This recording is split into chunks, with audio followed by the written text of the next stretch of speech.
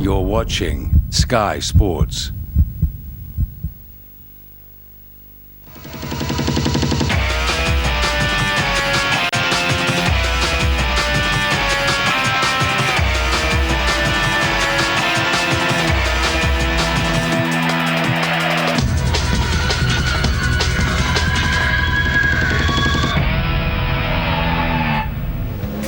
The 2007 IndyCar champion will be crowned today, and it could still go any of three ways. Will it be 2003 champion Scott Dixon of New Zealand, who briefly led the title 2 weeks ago and who's kept up the pressure all season long on Scotland's Dario Franchitti? Dario's yet to win a major single-seater title, but has been the series leader for most of the season. And there remains a slim chance that the 2004 champion Tony Kanaan could snatch the title from under their noses. One thing is certain, it's going to be close. This is the final round, the peak Antifreeze Indy 300 from Chicagoland Raceway, Joliet, Illinois.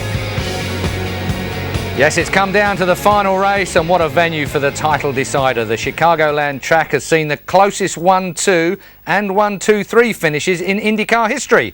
The wide 1.5 mile track favours flat-out side-by-side racing, and the trophy, along with $1 million bonus, goes with it. May well be decided by millimetres and milliseconds. To assess the chances of the three contenders, I'm joined by one of Britain's most eloquent professional racers and former teammate of Dario Franchitti, Johnny Molam. And alongside him is our regular IndyCar pundit and former team manager in the States, Paul Cherry. Gentlemen, we certainly have a race on our hands, but first, let's see what's been happening in qualifying as we check out the headlines. In an incredibly tight qualifying session, it's Dario Franchitti who received the boost of pole position just ahead of Sam Hornish, probably driving in his last IndyCar race, as is Dario, as rumour has it at the moment. Championship challenger Scott Dixon starts back on row 3 and is behind teammate Dan Weldon, who's won the 2 previous races here and is certainly back on form. Paul, if I can come to you first. Well, Dario's won the Indy 500. He's been on great form this year at the moment, but it would really round up a great career in IndyCar, in open wheel, if he can go away champion. Do you think that puts him under a lot of pressure? I think he's put himself under that level of pressure. He's been competitive all season. We've seen him do a fantastic job this year. And these last few races, it's really been hand-to-hand combat, at some points almost literally, with Scott Dixon. The points, as we've seen, there's just 3 points here to argue over.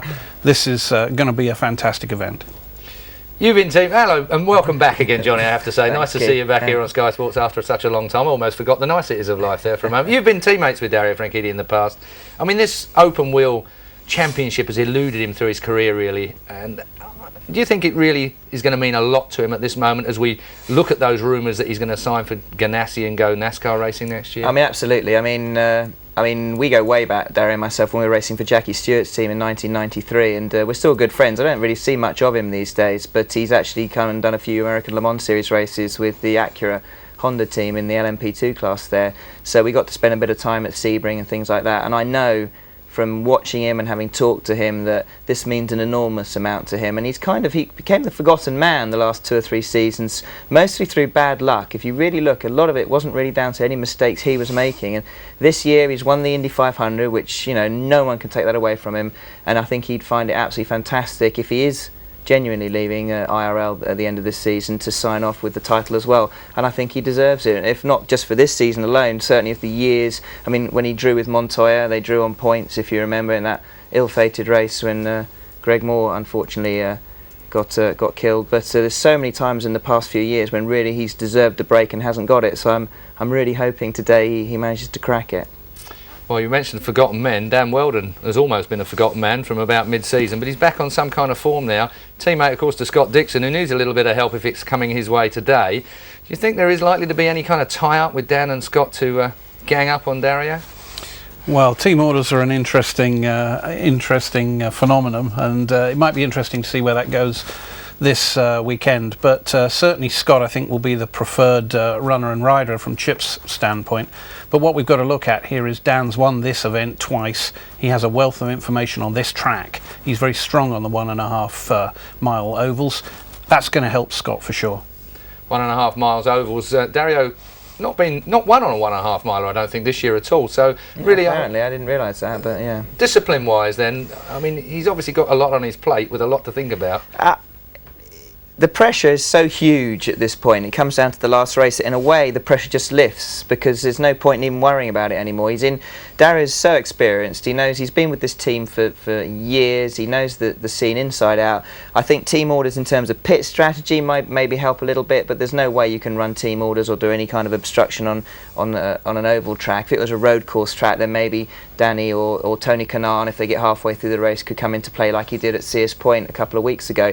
On an oval, really, it's every man for himself, and I can't imagine, obviously, Tony Kanaan's going to be doing anything stupid with Dario, but you can't really run shotgun, because if he just sits behind him, he's actually given an even bigger hole, if Scott Dixon's running third, to Scott to actually get a slingshot and get past Dario. So really, they're all in it for themselves, and I think Dario will just get out there, he'll want the race to start, get underway, and then just see what happens.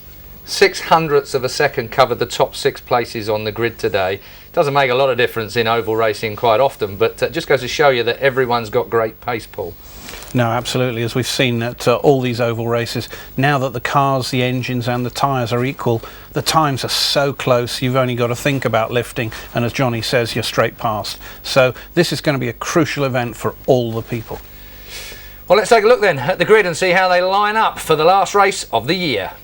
As you take a look back in the third row, Dan Weldon, who's a two-time and defending champion of this event, alongside his teammate Scott Dixon. Dixon has some help up in front, and Scott Sharp's running 11th, his 146th start. He was the co-champion back in the very first season. In the 13th position, Hideki Muto, a rookie for Panther Racing. He was second in the Indy Pro Series, Rookie of the Year this year with a couple of wins. Back in the pack, PJ Chesson in 20th, his first start of the year, a teammate to Marty Roth. Unusual paint jobs on the run the entire season next year with Citgo sponsorship. As you read along with Ryan Hunter-Ray, who apparently will take the Rookie of the Year. He's about 9 points ahead of Milka right now. And if he finishes that way, he would take the Rookie of the Year. And there is Hideki Muto, who's very impressive this weekend in practice and qualified. The third driver for Panther Racing. He will likely have this ride all next season. He was second in the Indy Pro Series this season, was Rookie of the Year, had a couple of wins, and he looks like he'll replace Matsura on that team next year. And he's outrun both of his teammates all weekend long, so he has been very, very impressive here in his first ever ride in an IRL Series race. Half a lap to green. There's Dario in the front row alongside Sam Hornish, who has won a bunch of races on this size of racetrack. In fact, he's won 11 times on this size of track. As they come around for the green flag, the 17th and final race of the season. Let's go. Green, green, green, green.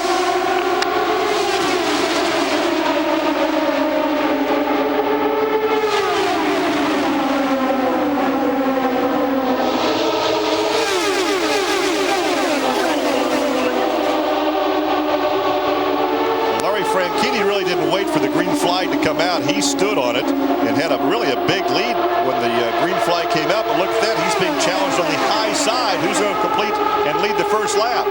Wow, that's Sam Hornish. That's pretty impressive that Hornish, though he is so good on this size racetrack, he's won 3 of the 5 closest finishes ever, and he's done it just like that, by pulling right up beside somebody and blowing him off right at the start-finish line. And he has his teammate right behind him, pushing him. Now Catherine Evans moves a little higher on the 18-degree banking. And keep in mind, there are 3 bonus points for leading the most laps, and right now Franchini could use those points. Well, he certainly could, and it doesn't look like the Team Penske wants him to have those 3 points, because both of those guys are going after him real hard right off the bat. Keep in mind, we talk about the bonus points so far this season. Franchini has 15 bonus points for leading the most laps in each of 5 races. Dixon has 6, and that could be the difference in the championship. Yeah, right now it looks like Weldon and Dixon are trying to move up and get a move on Kanaan, who's not up there close enough to really help his teammate at this point. Well, Kanaan rides in 4th. 5th is Dixon, then it's Weldon, then Danica Patrick is 7th. 8th now is Thomas Schechter. Now remember, Dan Weldon. Oh, the teammates. The teammates almost got together, and that was together. Weldon and Dixon. Can you believe that? Weldon got loose, went up and actually touched Scott Dixon. Both of them doing a great job not to crash supposed to be helping each other. You know, Chip Ganassi doesn't have very much hair, but what he has, he's pulling out right now. Man, oh man. I just started to say that Dan Weldon absolutely dominated this race last year, led 166 out of the 200 laps, and just, made it a really bad race. But he right there could have made this a real bad day for Scott Dixon. It's been a real bad day. Oh, man. You talk about teammates. If you go back to Sonoma 2 weeks ago, Franchitti should have won that race. Had he won that race, he'd have a 28-point lead over Dixon in this race today, make it very difficult. Now, here is the replay. Watch this. Watch this. Weldon's on the bottom, and he just comes way up the racetrack. Boy, I think they actually touched. You couldn't, wasn't a tire mark on those, so maybe not. But man, oh man, that was so close it wasn't funny. That's Weldon going after Kanaan right now. I can't imagine what the team instructions are. I can't imagine. They started side by side, so Dixon has a teammate up there to help him. Scott Dixon's one of the mildest mannered people you'd ever want to meet, but I can imagine that when that happened, he was not saying nice things inside that race car. Now he looks to the inside of Kanaan, so they're trying to get both their team cars between Franchitti and Kanaan. Now Kanaan, obviously, or Franchitti cannot pick up any bonus points with somebody else leading this race, and now look at this. Danica goes to the high side, looking to the high side of Dixon. Well, she had to get out of the throttle just a little bit. She got a little bit loose up there on that high side, had to climb out of the throttle a little bit. That let Dixon go ahead and get back in front of her. Hornish and Kanaan running 1-2. So far, they each only have... Hornish and Castanevis running 1-2. Sorry, yeah, Hornish and Castanevis, the teammates, they have one win apiece. Franchitti is back there in the third position. Franchitti with 3 wins this season. Scott Dixon has 4. Tony Kanaan has the 5. And Weldon, Dixon just now got around Kanaan, so he now is up there with his teammate. So they'll see if they can do a little team action on Franchitti, just like the 2 Penske cars did. It won't really matter what team orders might be when you've got the 2 Penske cars running 1 and 2. No, that really, and they've been so good here. Sam Hornish has been so good at this particular racetrack. He ran 3rd here last year, but he said it was the most satisfying run he's ever had at the Speedway because that 3rd made him or gave him the championship, and that's what he was after. He has won twice here. Weldon has won the last 2 races here.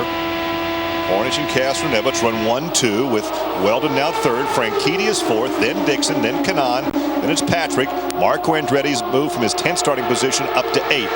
But it doesn't look like those 2 wins were an accident, as Weldon has now gotten around Franchitti, and he's got his sights set on the 2 Penske cars. Looks like the fastest car on the racetrack right now. Well, he has struggled in qualifying this season, so it was pleasant to see him starting in the inside 3rd row position. Yeah, that's his best qualifying attempt for some time.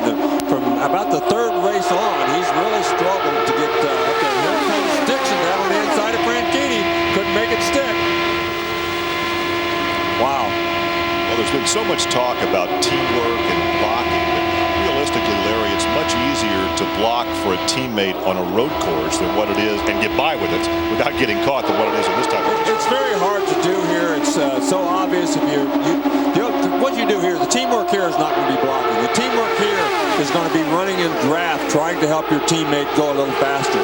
That's the way you can really help your teammate here, like the 2 Penske cars have been doing since the outset. Weldon didn't necessarily help his teammate in that regard. No. Not with the other guy in between him. No, right now Weldon's racing for the win. He knows that he's had a lousy season. He really has had a lousy season. He would like to go out here with a victory. And look at this. Danica Patrick is also going around Tony Kanaan. Well, Kanaan knew coming in that he was really an outsider for this championship. And probably what hurt him the most was 2 weeks ago at Sonoma, when he was really running interference for his teammate, and he finished back in the 4th spot when he could have probably finished 2nd. Well, he might have, but he's not got a car that's handling good enough to win here today unless they make some changes in the pit stops here. And now here comes Franchitti back around Dixon. These 2 guys are going to go after it. Clear. Well, throughout the afternoon, we will have pit reporters in the 2 combatants' pits. And you can see that they're both well aware of what's got to happen here today. And it looked like Dixon, once he got up a little high on the racetrack, after Franchitti got under him, the thing got a little loose and he had to get out of the throttle. Now then he's charging back out there on that outside. And using still a higher groove is Weldon right now. As you're right along with Danica Patrick back in the 7th position. She started in 7th, make that 6th position that Danica is now. And that's what they're racing for. There is the Champions Cup after 15 circuits.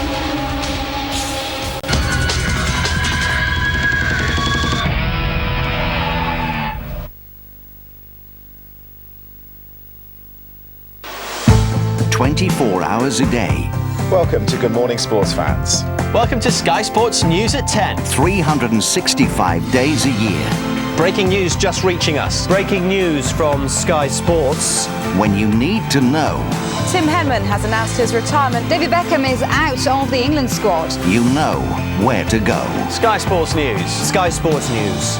Sky Sports News. This is Sky Sports News. 2 or more cars in your house? Multi-car! Multi-car! With Admiral Multi-Car, you can insure all the cars in your house on one policy, and you could save over £200. £200? Yes, and the savings starts straight away. Ooh! So go to admiral.com or call 0800 600 800. 0800 600 800. Admiral Multi-Car saves you time and money. See how much you could save with Admiral Multi-Car. I love the 60s. Swinging London, changing London. John, Paul, George and Ringo. It was such a special time. That's one small step for man. But nothing stays the same. Sadly, we all lose someone close to us. You can't prepare for the grief, but there is a way you can ease the money worries of those left behind. The 50 Plus plan from LV can provide a guaranteed cash lump sum to help towards things like funeral expenses and unpaid bills. It costs from £8 a month, and with LV there's no medical or health questions, so you're guaranteed to be accepted. And there's a free gift when your plan starts. For your free information pack, call LV today on 0800 45 45 45. That's 0800 45 45 45.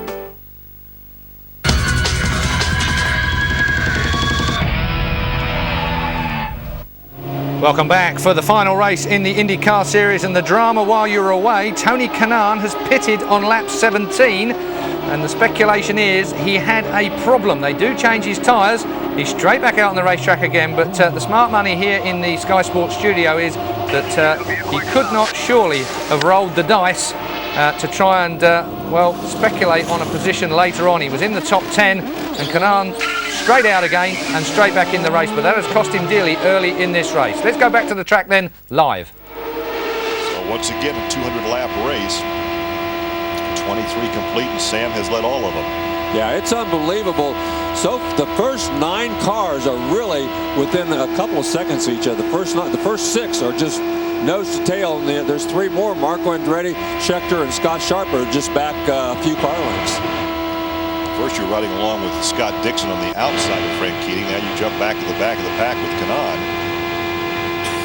Yeah, he's in 22nd position. He's clear at the end of the pack. He's a lap down. He lost a lap. You saw everybody go around him while he was coming out of the pits. So whatever it was important enough that he had to come in and make that change. And you're right, Gary. I don't see how he can come back and win this championship. He's got to make up a lap, which he's going to have to do by getting off sequence in pit stops. And then he's got to pass everybody besides that. Well, you get down a lap here, you can't get it back on the racetrack. You have to get it back through pit stops and through yellows. Right. And look at this. They're coming up on some lap traffic already. It's milk of you know. Dixon just got by Frank Keating. Frank Keating had to lift. He was on the inside. He had no choice but to get out of the throttle because Dixon was on the outside. He couldn't move up. So there's a case where Dixon used the lap traffic to his advantage and gained a spot. And that's the kind of things you have to use everything you've got, every trick in the bag to win this championship here today.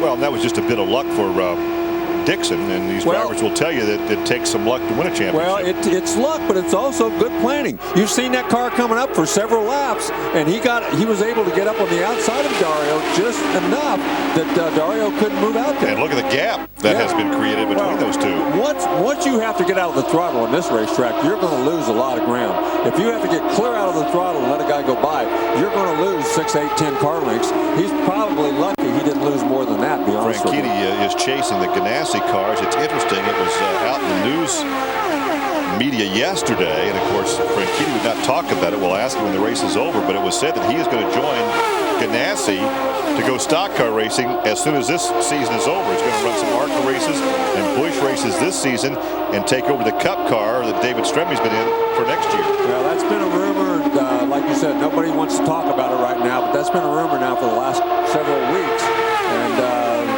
right now he says, all I got to do is win a championship. I don't want to talk about anything else. I got to focus on this. It's got to be my only concern. I'll talk about it later. To paraphrase Charles Dickens, the great writer on The Tale of Two Cities, it's been the best of times, the worst of times for Franchitti. I mean, if any driver would start the season, you tell him, what is the one race you want to win? It's going to be the Indianapolis 500. He won that.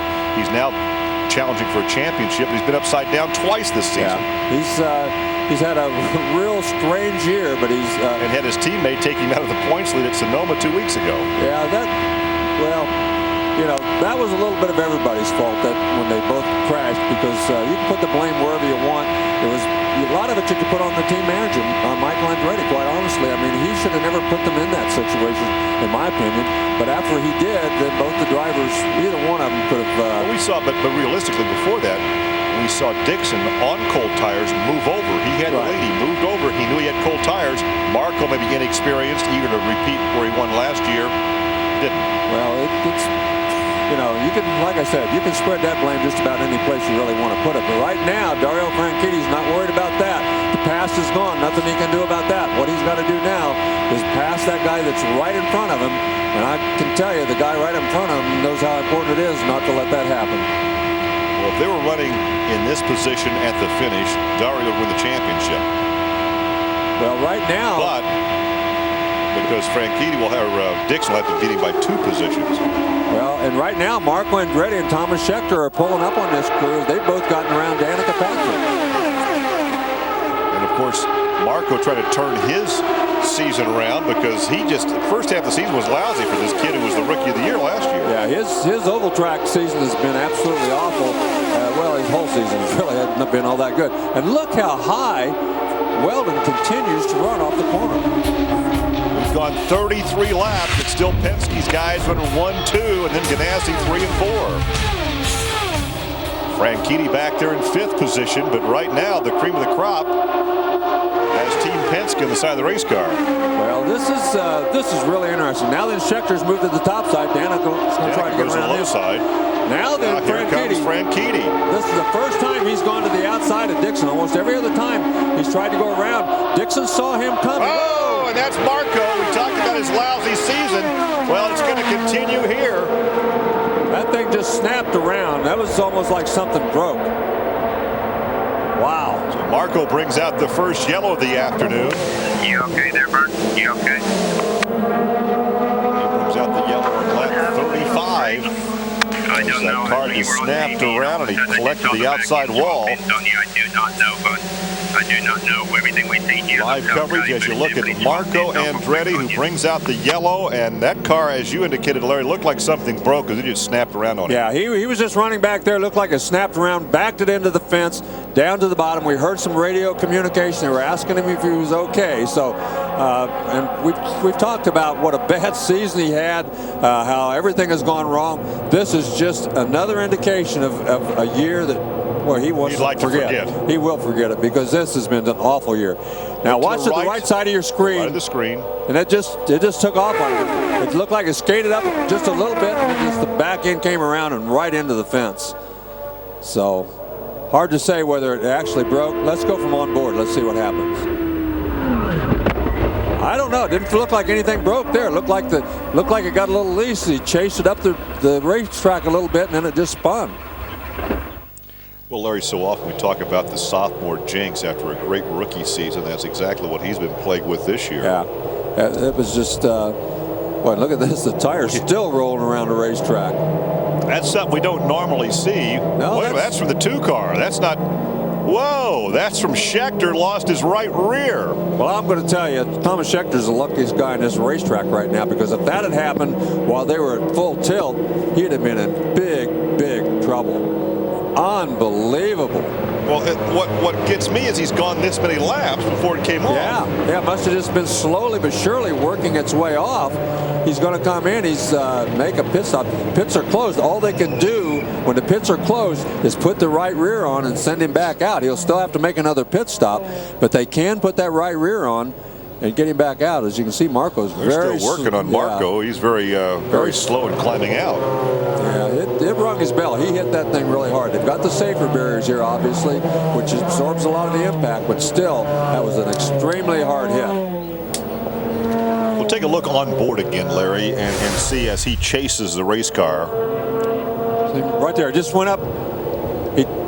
Boy, he hit that thing a ton with the left rear, but you can see him. He chased it up. He didn't really turn the wheels hard right until the back end just took off on him. But you can see him chasing it up the racetrack as it got a little bit loose. Pits are now open, but Scheckter quickly got that rear tire that he needed. Wow, that's unbelievable that that thing happened right after that yellow flag and not on the green. So that has to make you a little concerned after something like that happens, because might be a flaw in the hub or something that causes that wheel to work its way loose. We only had 2 caution periods last year for a total of 12 laps, and the most we had 6 back in 2004 for 58 laps. So Marco brings out the yellow, and the entire field. Tony Kanaan is going to stay out and get his lap back. He's going to take a chance here, stay out. These pit stops are so crucial.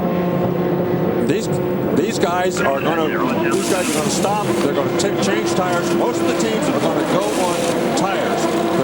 They're going to take fuel only until they get the tires in and then leave back. Oh, look at this! We almost had a crash. Almost had a crash on pit lane. As I'm not sure whether that was Weldon or Dixon who pulled out there and tried to get ahead of one of the Penske cars and almost made some contact. Wow, that was close. Well, Kanaan did what he had to do to get that lap back. Yes. He's out front. He will get a go around and get at the end of the field and just hope a yellow flag comes out. So we'll see Sam Hornish may maintain his lead into this yellow.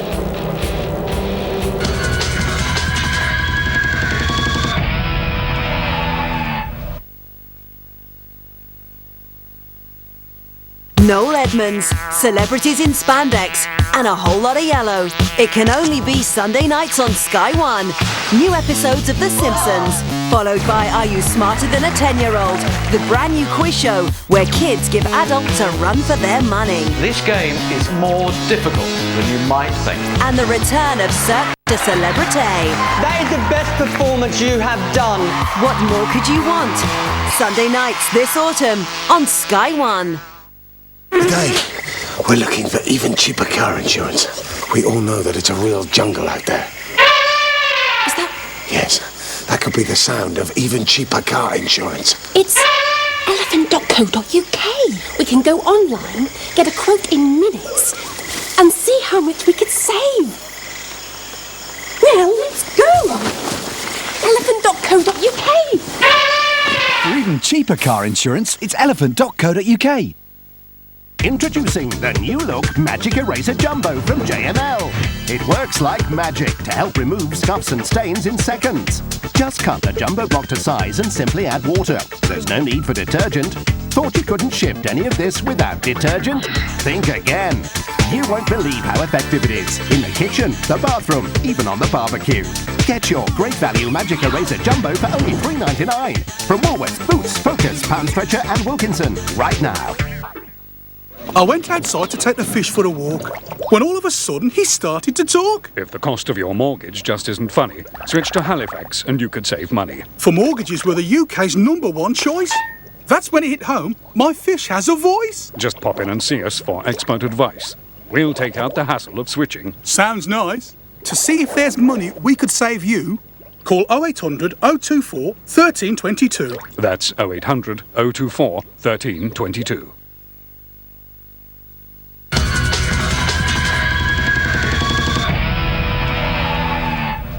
Welcome back. We're under our first caution of the day, and that was all due to Marco Andretti. With me in the studio, Johnny Molam and Paul Cherry. Johnny, it's been an eventful few laps already, but Marco, he hit the wall quite hard, didn't he? Yeah, he went in just the wrong angle to, I mean, obviously didn't go in head on, but just as you can see here, is going backwards down the wall there. That would have really hit. I mean, even with these sort of protective things in front of the actual concrete that absorbs some of the impact, you see him going in there. He went in sort of not completely backwards, sort of half on, and it really, really does rattle you around a bit. I've hit the wall a couple of times, and your insides just kind of feel like they carry on travelling. You can actually feel it all kind of going. It's not pleasant. Lovely. Yeah. I think that might make it clear for everybody at home. Our insides certainly jumped for a moment there when we saw Marco go on, because we were still contemplating the Tony Kanaan early pit on lap 17. Apparently a right rear puncture, or it was slowly going down. He had a lack of air in his rear tyre, Paul, so your speculation was right. Yes, as I said, I think you'd be somewhat optimistic to come in on a green flag racing lap on lap 17. This in fact is Thomas Schechter's wheel doing a lap for him while he came in to collect a new one. Does that click a lap off if it goes over the line? It certainly does.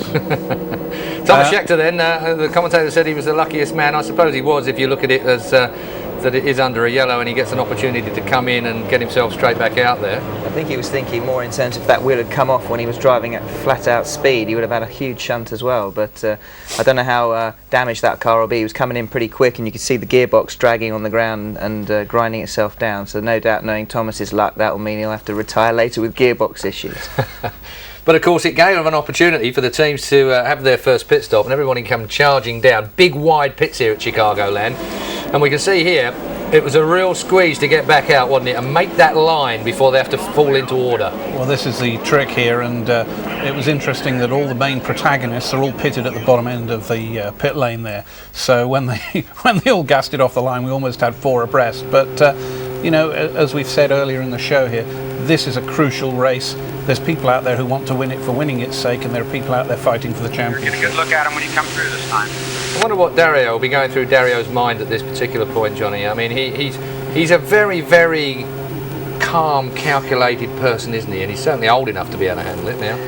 I mean, that's one thing, Dario, to be fair, even when in his younger days when we were teammates, has always been pretty calm under pressure. I think it won't have gone unnoticed that he saw Danny and Scott almost come together a couple of times, and I think he'll be lying back and almost letting them get on with it a little bit. Well, you can hear the revs rise, and that's because we're about to come under green on this lap, and well, that is assuming your race leader leads it away and bringing up the train. Let's cross back to the track then live and hear from commentators back at track. I'm sure they're coming under green soon, so time to go back to Chicagoland.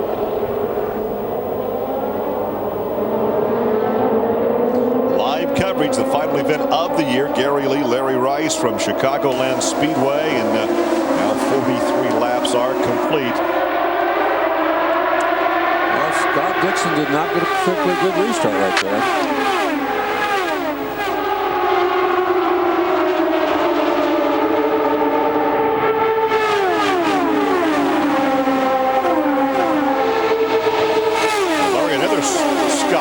Restart. Scott Sharp. I was going to say, green and black car. Scott Dixon was not the only one who didn't get a really great restart, as Frank Keaty got passed by Scott Sharp back there in 5th place. He's now back to 6th. So both of our points leaders, guys in the points chase, lost the position on that restart. Well, Scott Sharp started this race back in 11th. He's up to 5th, and that Buddy Rice, number 15, started this race in 19th position. He is up to 10th. Once again, the Penske cars run 1-2. The Ganassi Target cars then in 3rd and 4th. Then it's Scott Sharp, and then it's Dario Franchitti. Yeah, we'll see with how quickly Tony Kanaan and Thomas Schechter, both who had problems and started in the back of this field on this restart, can get back up towards the front. You're right along with Franchitti. That's the battle for 5th position. It looks like he got a good run on the outside through 1 and 2. Although he doesn't complete the pass, he's going to have to stay out there and get another good run off of 4 to get around Scott Sharp. Well, Scott Sharp, who was a co-champion of the very first Indy Racing League season, has really had an up and down season. He is showing some great signs of brilliance, and then all of a sudden he can't qualify well, can't race well. Yeah, you're right. There's no consistency with that team. That team has had some real problems and ups and downs at different times. So, you know, they're looking to get consistent again. I know Scott Rimke is the team manager. They're talking to Dario Franchitti there. He's trying to figure out where the heck he can go. He had to get out of the throttle right there, just a hair, but not all the way, but just slightly. It's going to be real tough to pass if they keep stacking up as they have been, those Ganassi cars. The real problem is right here is you can't follow a guy right through the corner. You got to be a little above him or a little below him because the air is too turbulent right behind him. It takes all the air off the front wing. So everybody here is trying to get either a little below or a little above the guy right in front of them so they get some air on the front wing to keep the front end down so they can get through the corner faster. See him stagger. Now we're getting a report from the infield care center that Marco complaining of neck pain. He was alert, conscious, talking to the guys. And that's the reason. Remember, knocked out. That was the reason they took so long to get him out, because he was complaining of the neck pain. They wanted to make sure everything was okay. They probably were asking him if he thought he wanted a backboard to get him out of the car. Obviously, he declined that. This Delphi safety team is the best in the business, and when they get there, they've got the doctor on board, a specialist, trauma specialist, and Terry Trammell. Of course, they have all kinds of monitoring that they can actually send information back to the infield care center if need be. Yeah, and all these guys up here in the first 5 spots right now, Franchitti being the last one, they're just jockeying, dicing, trying to figure out a way that they can move forward. I'm not too sure the Penske cars are. I think they're pretty comfortable just staying where they're at. But believe me, Scott Dixon back there in 3rd, Dan Weldon in 4th, and Franchitti back in 5th. All 3 of those guys are trying to figure out ways to move up and get farther up in that lineup. Cars are making it very difficult for anybody else to collect those 3 bonus points for leading the most laps. Yeah, look at this, 5th, 7th, 15th, and 22nd. Of course, Marco's out. Kanon had to make that unscheduled pit stop and put him way in the back. And again, Weldon runs very high on the racetrack. I guess that's by design because he's been doing it pretty much the whole race. Weldon has won the last 2 events here at this racetrack. We saw him win 3 in a row at Homestead, which began the season with a victory for him. And we thought it might be a runaway season for Weldon, but what was so good in the beginning turned out to be so bad mid-season. Yeah, certainly did. Frankitti's got the bottom of the racetrack behind Weldon, but just can't get enough speed to get up there. And a lot of that, I think, is just because Dixon's so close to being in front of him, the air's disturbed a little bit right in front of him. Working on lap 55, the 200 schedule with Cass Evans leaving his teammate. It's Scott Dixon, Weldon, and Dario.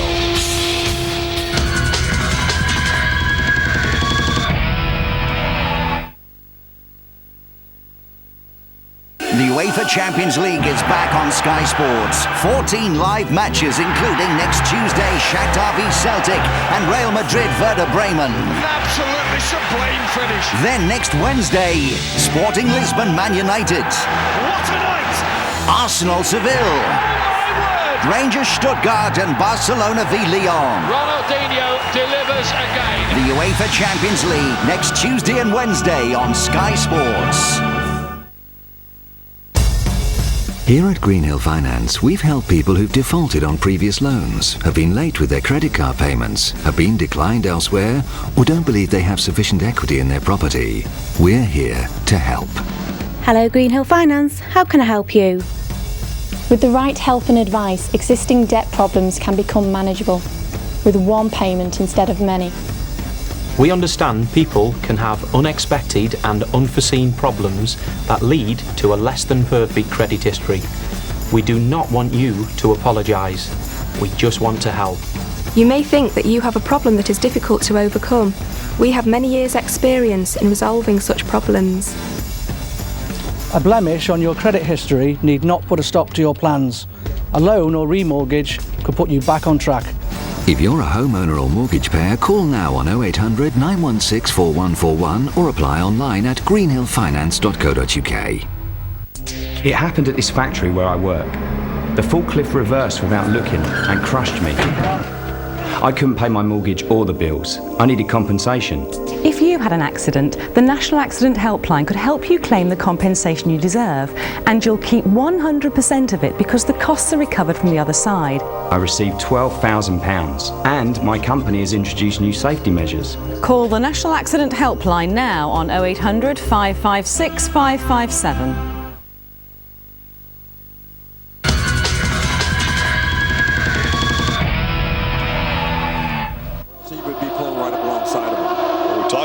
Brian Keaty going stock car racing earlier. The word all season long has been that Hornish would take over the Penske number 12, vacated by Ryan Newman next season. But again, nobody wants to talk about it this weekend. No, nobody's talking about any other series. They're talking about winning this last race of the year. And the good thing about winning the last race of the year is you got all winter to boast about it, you know. And there is Roger, the captain, the guy who orchestrates Sam Hornish's race. And he's been so good at running teams and winning races over the last 20 years or so. It's just been phenomenal. He was also the guy behind that Belle Isle race last week up in Detroit. Right. He's done a lot of things. He's built a lot of racetracks. He's just done just about everything in motorsports. And here comes Danica Patrick again. She snuck back up with these guys. Well, there's Muto, Hideki Muto, up to 9th position after starting 13th. And you know, quite honestly, Larry, he's been impressive all weekend. He's been fast in practice. He did a nice job in qualifying. A rookie in the Indy Pro Series, where he won twice this season, finished second in the points. Of course, he is their rookie of the year, and we're going to see a lot of him in this team car next year. Well, we talked about the fact that he has outrun both of his teammates pretty much all weekend long, and he's doing it again here during the race. Well, Vitor's back in 13th position, and Koski's back in 16th, and he's up in 9th. Yeah, look at this. Danica Patrick is pulled right up in this mix. 2 teammates from Penske, 2 teammates from Ganassi, and then 2 teammates from Andretti Green. The top 6 running 2-2-2. It's been a couple of years since we've seen somebody not for these 3 teams win the race. Any race. Right. Andretti Green much stronger this year, though, than they have been for a while. They were not nearly this strong last year. Very, very strong this year. Well, we're looking, what, Larry, at 3 pit stops, depending on how the yellows fall.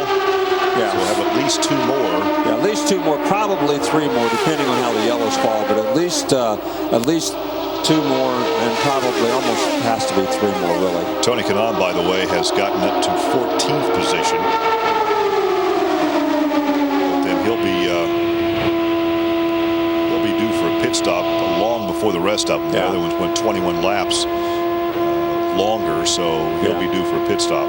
Yeah, there'll actually have to be 3 more pit stops. They can't go on 2 more, so they're going to have to make 3 more. And those are very crucial. We saw Scott Dixon gain 2 spots, and boy, Danica Patrick looked like she wants to get up there and maybe take charge and go around her teammate.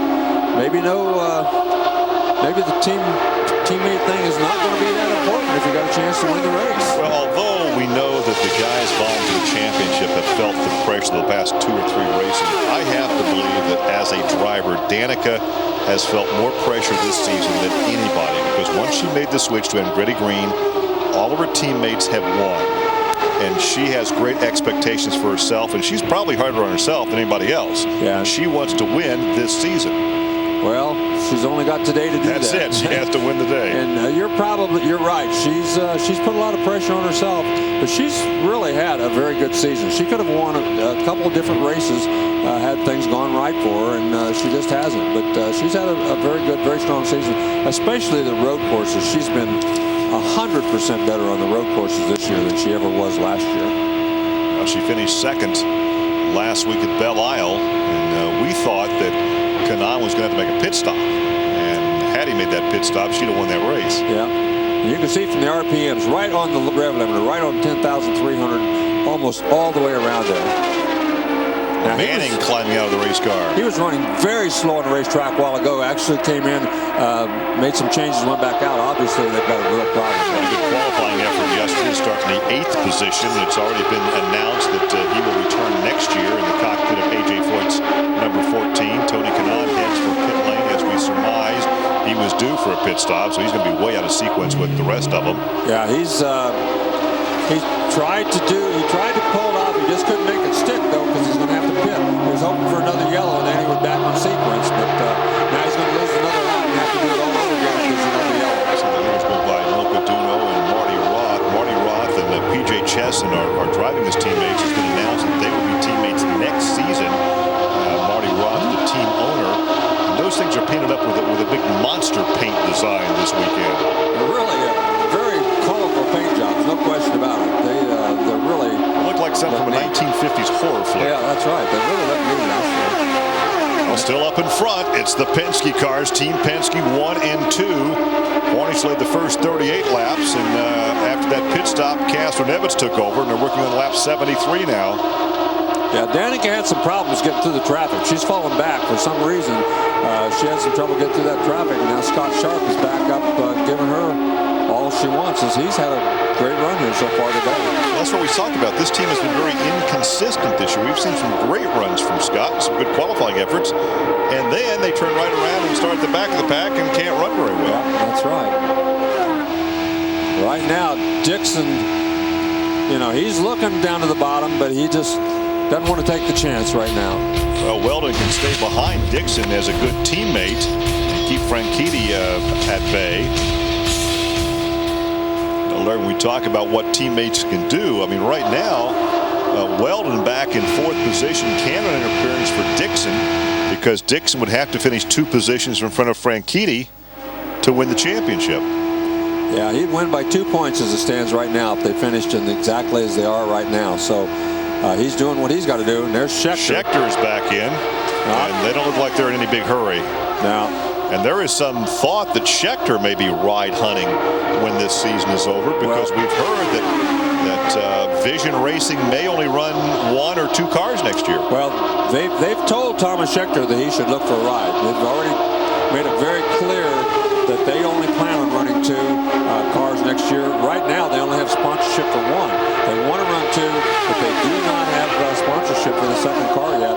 So they've told Thomas to go look around. And was there not some rumor that he might end up with Andretti Green? Well, that's the rumor in the Vision pit area. I don't know that. I haven't heard it from anybody else, but some of the. Well, Andretti Green's not talking about anything. No, they're not going to confirm or deny anything. They don't want to talk about anything except the race. So we could get to that opening race next year. We're going to have a program where we could have some driver changes and various teams, and Matsura will be likely looking for a ride because Muto will likely take over that 2nd car for Panther Racing.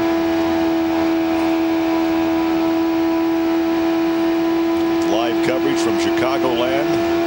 As we talk about the musical chairs, it would look like Castro Evans is set to stay where he is with Penske, but the question is, will his teammate be Hornish or somebody else? Will Hornish stay in the IndyCar Series or head to NASCAR and run the Cup Series? Well, let's just go down through the rumors. I mean, Hornish is supposedly going to NASCAR. If he does that, Ryan Briscoe, the rumor is Ryan Briscoe would take that seat. If Franchitti obviously leaves, then the rumor, at least in some circles, and who knows, is that Schechter would move over to Andretti Green. Muto obviously is going to run the car for Panther. So, you know, there's all sorts of things.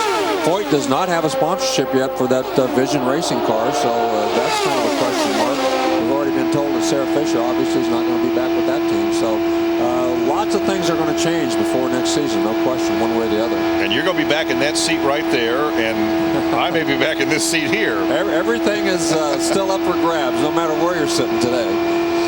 But it's right now, the most important thing on the racetrack is the fact that Dario Franchitti has, after falling back, has caught right back up with this pack, and now trying to get around Dan Weldon. But Dan Weldon will make that car very wide. Well, yeah, and Dan Weldon is the difference between being in the lead and being in 2nd right now in the championship chase. Interesting little note there that Penske has never won here. Now, his driver, Hornish, has won twice, but Hornish was not driving for Penske when he won. He was running for Panther. Right, and as we mentioned before, Hornish, it was interesting when you talked to Sam Hornish that he said the most satisfying run he ever had here was when he finished 3rd last year, because that 3rd is what he had to do to win the championship. And he said, I didn't try to really win the race. All I wanted to do was finish 3rd, and that's what we did. So I thought that was a very interesting, because he's 2 of the 5 closest finishes ever have been right here, and Sam Hornish has won them both. Well, the closest was 24 ten-thousandths of a second. You can't even blink your eye that fast, and that was Hornish over Al Unser. No, it's been they've put on some terrific races here at this particular racetrack. They're not running side by side like we saw, say, at Kentucky a few weeks ago, but still in lockstep. These 5 guys have been nose to tail since the start of the race. Well, they don't have to run side by side this early in the race. I think right now especially the first two guys. If this thing up, here's Muto's coming in, so he's got some sort of a problem. A little early for a pit stop. This is an unscheduled pit stop, no question about it.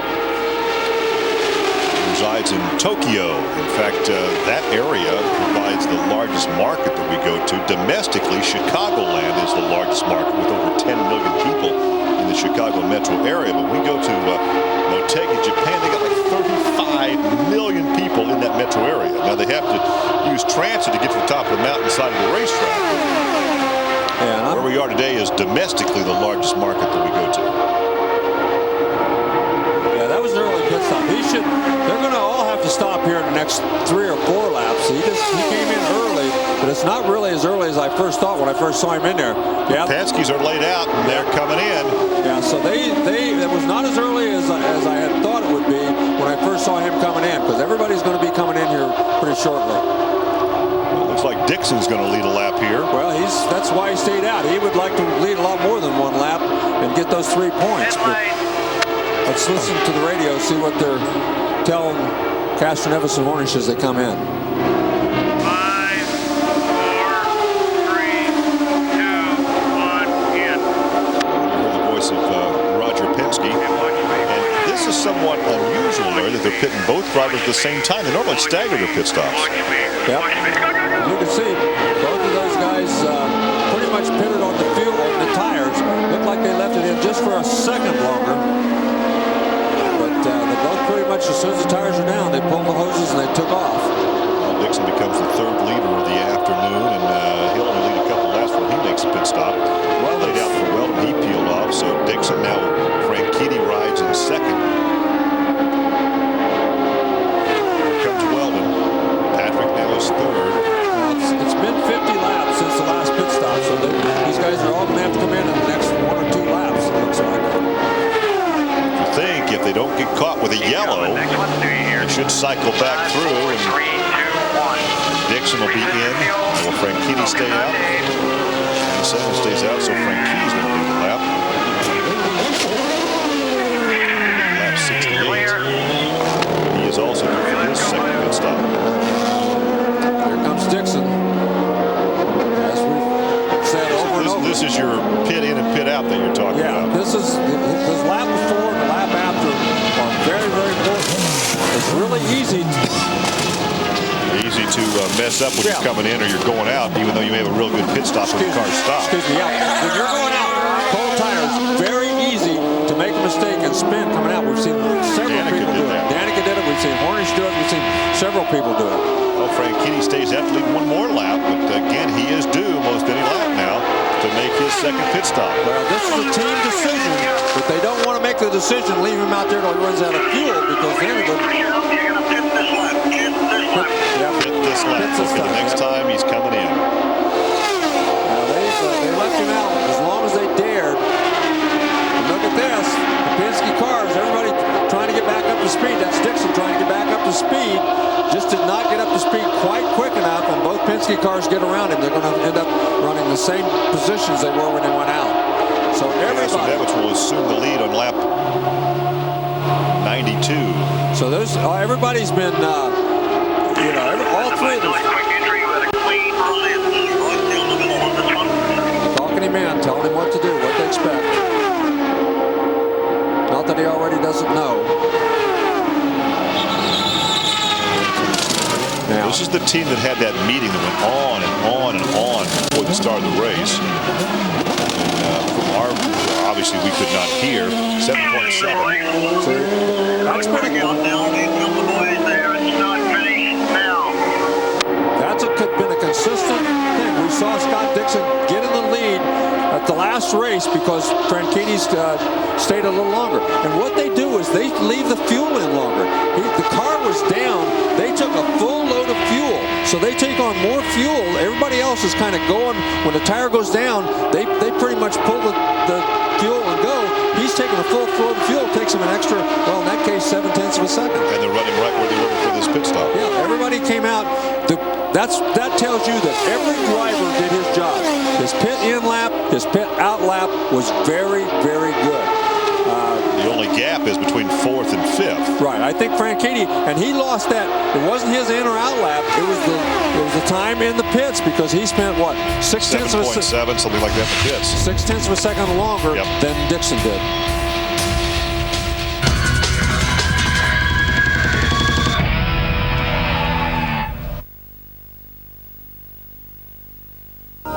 Sky Movies Premiere, brought to you by Panasonic. Showing every night until Friday. There's some kind of unidentified bogey, and it's coming in fast.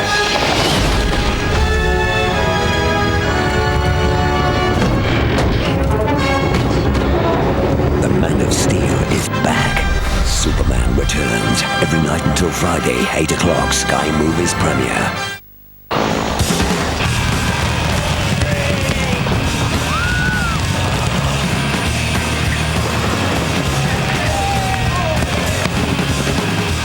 When you love football this much, you just want to share it with the world.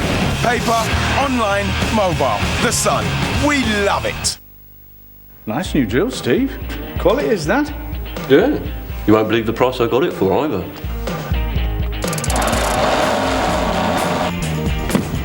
Yeah, I didn't notice you popping out for all that kit, John. That's because I had it delivered. Only ordered it last night at 5 to 6. What are you reading, Nick? The new Screwfix Direct catalogue is the tradesman's secret that's too good to share. Call 0800 68 78 88 now for your free copy. Everyone knows a bloke like Mickey. To Mickey, hair isn't just hair. It's a weapon to be used to devastating effect. Mickey hates flakes. Of course, he's got a look for every occasion. There's the fluffy puppy, windswept and interesting. The intellectual, plain gorgeous. And his personal favourite, morning hair. Like Mickey, blokes you know voted Head & Shoulders #1 in FHM's Readers' Poll. Want an easy way to rent DVDs? From just £3.99 a month. For your free trial, go to lovefilm.com.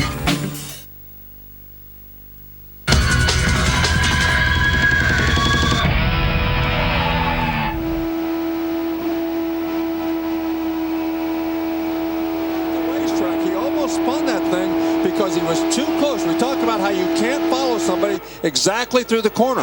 Well, when Franchitti was on the bottom, when Castroneves was on the bottom, the only way he could get around Matsura was go to the bottom right, the same as he did. But when he was too close to Castroneves, and when he was on the bottom, the race car took up off the racetrack, and he almost made contact with Matsura. I'm real surprised Dixon was kind of in the same spot. He couldn't get up there very much closer because probably took the wing off, or the air off of his front wing too. Matsura in past races have been very difficult to get by when they're lapping. He wasn't so there. No, most of them get by. It wasn't his fault. He tried to do the right thing. He moved up, tried to get out of the way, but just couldn't do it. Now, let's take. Wow. Well, this is a replay of several laps ago. Yeah, several laps ago.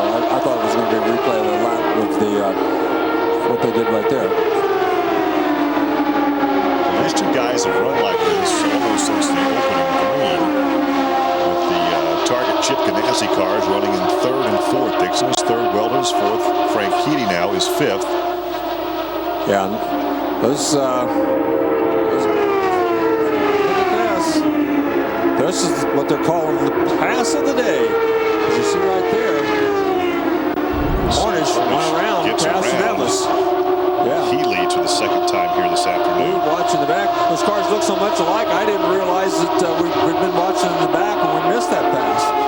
So it's Castroneves who did that little dido up the racetrack there as he tried to follow Hornish through. I think we should have a new rule that the cars cannot be pinned alike, even though they're team cars, so the fans and we announcers can tell them apart. Yeah, I actually missed that because we were watching the people further back in the pack, and Franchitti pit stop and all that stuff. And you can't read the number. No, you can't read the numbers, not at that speed.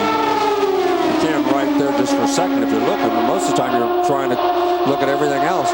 Meanwhile, at least there's more white on Dixon's car than there is on Weldon's. Meanwhile, Dixon back there trying to figure out somehow to get up there and break up that party. Once once you break that party up, those two guys running together, then everybody probably has a better chance, a better shot at the lead. But as long as those two guys are kind of running 1-2, it's going to make it very difficult. There's one of the cars with the monster paint job. You really can't see it that well. Yeah, right there. That's Marty Roth. When Hornish moved up the racetrack, Castroneves was there. He didn't really move up all that much. There you can see, there was very obvious that Castroneves moved up about a half a car length right there in the middle of the corner so he could get some air on that front wing. Dixon, of course, was the 2003 Indy Racing League IndyCar Series champion, but as he told you yesterday, and we heard earlier in the broadcast, this would be more satisfying because these are all the same packages, the same chassis, same engine, and same tires. Yeah, he felt the teams had a little more of an advantage back then, and this has been the most competitive season we've had for several years. Any one race you go to, there's probably 6-8 drivers who could win this race, and you know, it's very, very competitive. Well, more than that, really. There's been about 9 drivers that could win. And Franchitti's kind of lost contact with these first 4. Franchitti has actually lost more ground since the pit stop because he couldn't catch the draft and there's nobody there to help him. Back on board with Kanaan, who made that early pit stop. He's off sequence. Now he's on the lead lap, back in 8th position. So he, as we would say, is driving the wheels off this thing this afternoon. He's had the toughest time out there. It looks like Danica right in front of him. So teammates running 7th and 8th for the Andretti Green team. But up in front, it's Team Penske with Hornish and Castroneves. Well, Larry, we have just completed half the race. 100 laps down, 100 laps to go. And these guys have been running in this formation for virtually the entire race. Yeah, they certainly have. I mean, the Penske teammates have swapped positions, but it's been Penske the top 2 and then Ganassi. And Dixon and Weldon have swapped at least once on that one pit stop. But other than that, you're right. They pretty much stayed there. Weldon very early looked like he was going to be strong. Came out and passed those guys. But since that first pit stop, or about halfway through the first run, he hasn't been all that much faster than anybody else. So at 110 laps, working at 111 right now. So Hornish or Castroneves have led the most laps. We've got 4 different leaders, including Dixon and Franchitti. Franchitti led a couple laps before he made that second pit stop. The most leaders we had back in 2003, 4, and 5. We had 8. The least we had 4. And that was last year. We had 23 lead changes back in 2004. So we've not even come close to that in the first half of the race here.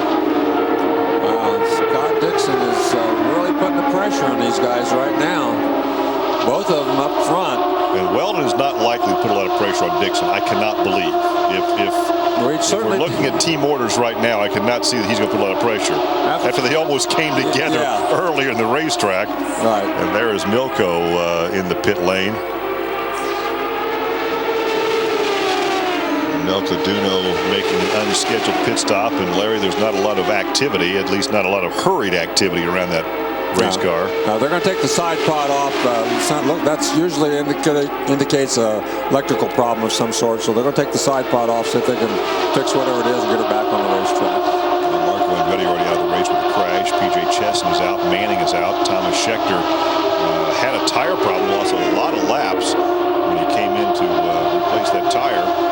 And Sam Hornish, who has won 11 times on this size of racetrack, he continues to lead this thing. He and his teammate have swapped the lead a couple times here this afternoon, and I think there's only 1 lead change on the racetrack, and that was when Hornish went around Castroneves. Yeah, that's about it. Everything else has just been, you know, of course, when Hornish went around Franchitti right there on the very first lap, too. That was the other one that was on the racetrack. But other than that, it's been pretty much these 4 cars up front. And Franchitti, like we said, has kind of lost touch with this lead pack as he got out of the draft when he's lost a little time in the pits on that first pit stop. Tony Kanaan having a good battle right now with Scott Sharp in the 7th position. So he did come from the back of the pack. He was a lap off. And they made that stop. He stayed out, got his lap back, and went from the back of the pits. But he's off sequence, and now he heads down the pit lane to make his 3rd pit stop. Yeah, he's off sequence, so he's going to have to come in and get some fuel. Couldn't stay out any longer, and this is going to put him another lap down, and then he's going to have to hope that it stays green till everybody else has to come in. So Sam Hornish leads this thing over his teammate. Dixon is third, Weldon fourth, Franchitti is fifth, Patrick is sixth, seventh is Scott Sharp, then A.J. Foyt is eighth, ninth is Hideki Muto, the rookie, a good ride for him. 10th is Ryan Ray. Look at the traffic the leaders are in. All kinds of traffic up there in front of them as Kanan gets out of the pit. That's Mira right in front of them. Dixon or Rice, they just went by, and the blue and white number 15. So lots and lots of traffic that these guys are dealing with right now. And sometimes it is the guy who gets through traffic best. We saw Dixon take advantage of the traffic and get around Franchitti a little earlier, so maybe the traffic can work to his advantage again. But both Penske cars get wide on the outside so that they don't have to deal with Mira running. Well, Mira not making it easy for these two guys to get by. No, he's not doing anything wrong. He's just, and you don't have to get out of the way. All you got to do is stay in a straight line and give them a chance to go around you, and that's exactly what he's doing. And we've seen in the past, Larry, where he stayed down low, we've seen drivers move out of the way to go high and actually crash because they got too high. And look at this. It's allowed Franchitti to catch back up and get in the draft. The traffic up there has been a big help to Dario Franchitti right now as he's caught back up with that lead pack. He was over 2 seconds behind just about 3 laps ago. And when they caught those lappers, he was able to catch back up with them. Now that he's back in that draft, and he should be able to stick with those guys. Go by Mira back in the 11th position, so 10 drivers now on the lead lap. Well, I said he should be able to keep up. First thing he's got to do is get around Mira, which he's done now. So he is back with that lead pack, and that was a big break for Dario Franchitti. If they make these pit stops on the green and they continue to run this position, then obviously Weldon doing what he needs to do to keep Franchitti back there, because as they finish here, if they finish in this position, the title would go to Dixon. Right. 2 points differential right now when they're running, like we said, outside the top 4 or top 2. So it's very important, that one little position that's between those 2 point leaders right now. While we're talking about Scott Dixon, I just want to say happy birthday to his grandmother, Edna Bryant. I guess they didn't have us live in New Zealand last week, and we said happy birthday to her. So we say again, happy 87th, Edna Bryant, Scott's grandmother down in New Zealand. Then we're live. They're live. We're live. It is Monday morning. They're having brunch right now. Late breakfast. They sent a TV crew up here. David Turner and some of the boys from the New Zealand TV came up. They're doing some specials, and it's a big deal in New Zealand to have their countrymen have a chance to win this championship. And of course, I imagine every television set in the country right now is watching this race and cheering on Scott Dixon. So you've got an American lead in this thing. You have a Brazilian riding in second, a Kiwi third, a Brit fourth, and a Scott fifth. If that is, you got the United Nations. That's right. The United. You got them from everywhere.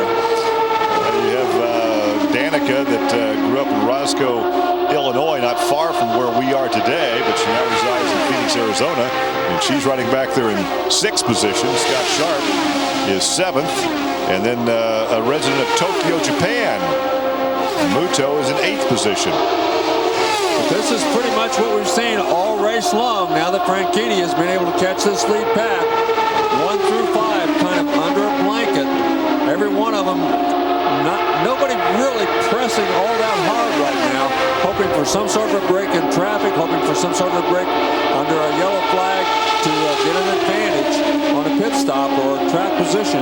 You're going to see these guys start doing some crazy things in the pits. You're going to start seeing them short fueling so they can get out faster.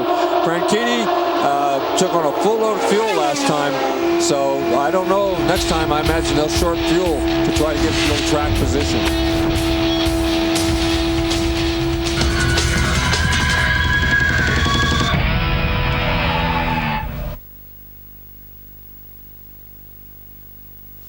Two big events from the European golf calendar. What a shot. Some of the game's biggest names tee up in the Mercedes-Benz Championship. What a punt that is. On offer, a €2 million prize fund and Ryder Cup points. Well played. Then the best from Europe and the US get ready to do battle in the Ryder Cup of women's golf. What a shot. The Solheim Cup. A golf double in association with the Royal Bank of Scotland starts Thursday at noon, Sky Sports 2. Whoa! Is that the under your end or mine? Well, they better not cancel football. Who's that? Mike, at Picture. I'm sorting out the loan. At Picture, we don't fuss or patronise. We simply help you rearrange your credit so you can live the way you want. Call Picture now on 0800 064 3900. We just want everything in one place so we know what we're doing. Yeah. Yes, we have a mortgage. How much do we want to borrow? Yeah. 25,000. How much is that a month? Oh, that's brilliant. That's much less than we're paying now. Well, there are lots of forms to fill in. Oh, well, one less job for her. Yeah, okay, thanks. No, a bit of rain never hurt anyone. Okay, cheers. Yes! You know, it's really easy to talk to those people at Picture. You can actually have an adult conversation. About football? Talk to Picture on 0800 064 3900. See if they can sort out a loan for you too. Everybody wants perfect vision. Who wouldn't? No glasses, no contact lenses. I saw a difference immediately, and after a few hours, my sight was brilliant. Ultralaser now offers the most advanced wavefront and iris recognition technology in all their clinics. It's amazing that such a simple procedure can give such incredible results. How does it feel? Unbelievable. For a free DVD and information pack, free phone 08000 08000 or visit ultralaser.com.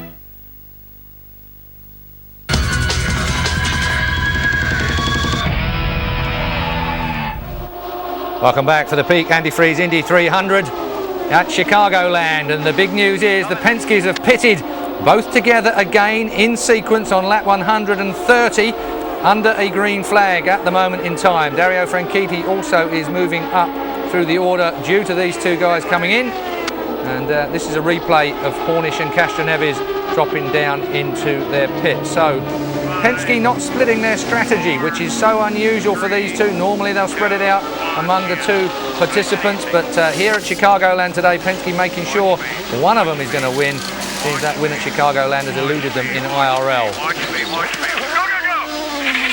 So as the Penskes a little earlier rejoin the race, let's get back then to our commentators at trackside. You can see there the championship possibilities as well. Dixon, if it finishes as it is now, wins from Franchitti in the championship by 12 points. That's a major, major deficit for Franchitti to make up. Let's cross back then to our commentators at trackside.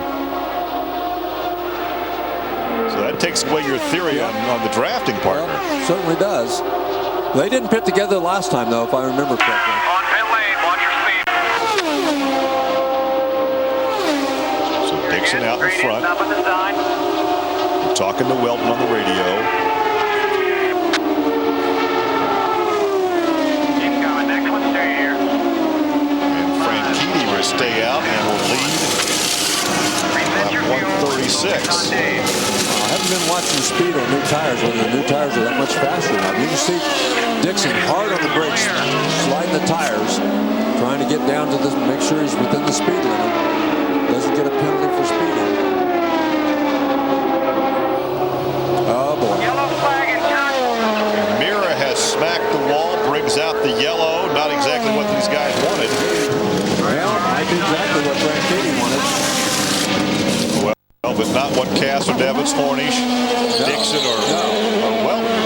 No, but it depends on who you're talking about when you say that. So we'll see. There goes Dario, and he goes around Dixon, so he's got a lap lead when he pits. Well, this is going to be very interesting to see whether they put. Did I say something about you got to be lucky? Yeah, I mean, and I question now. They're going to let.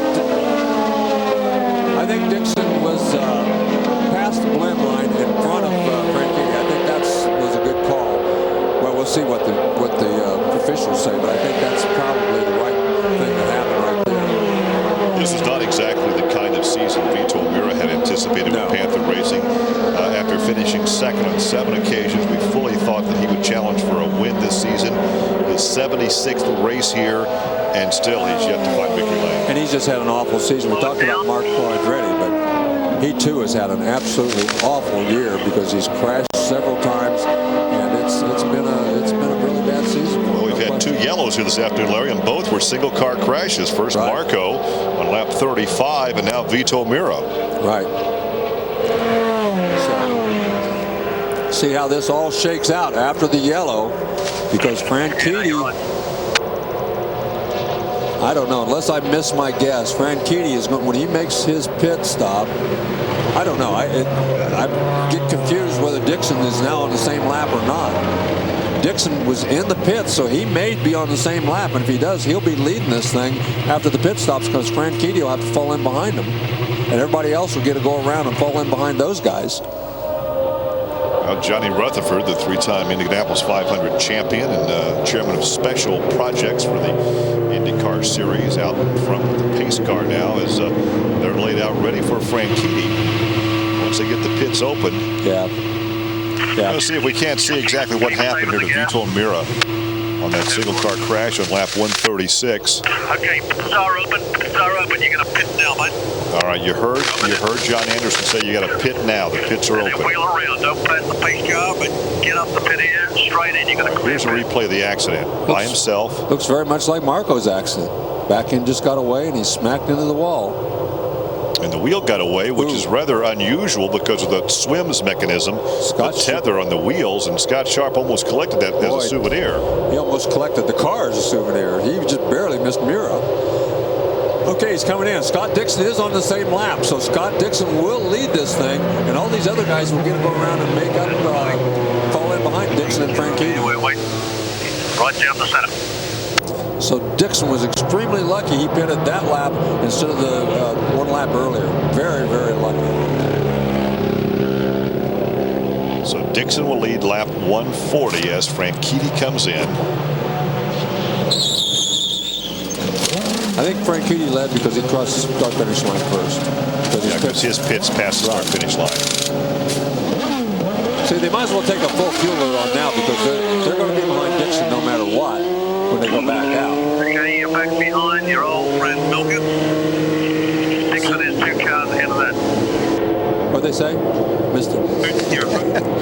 I think he said you're going to be right behind your old friend Milka. Good fuel save. These things fuel I think that's what he said.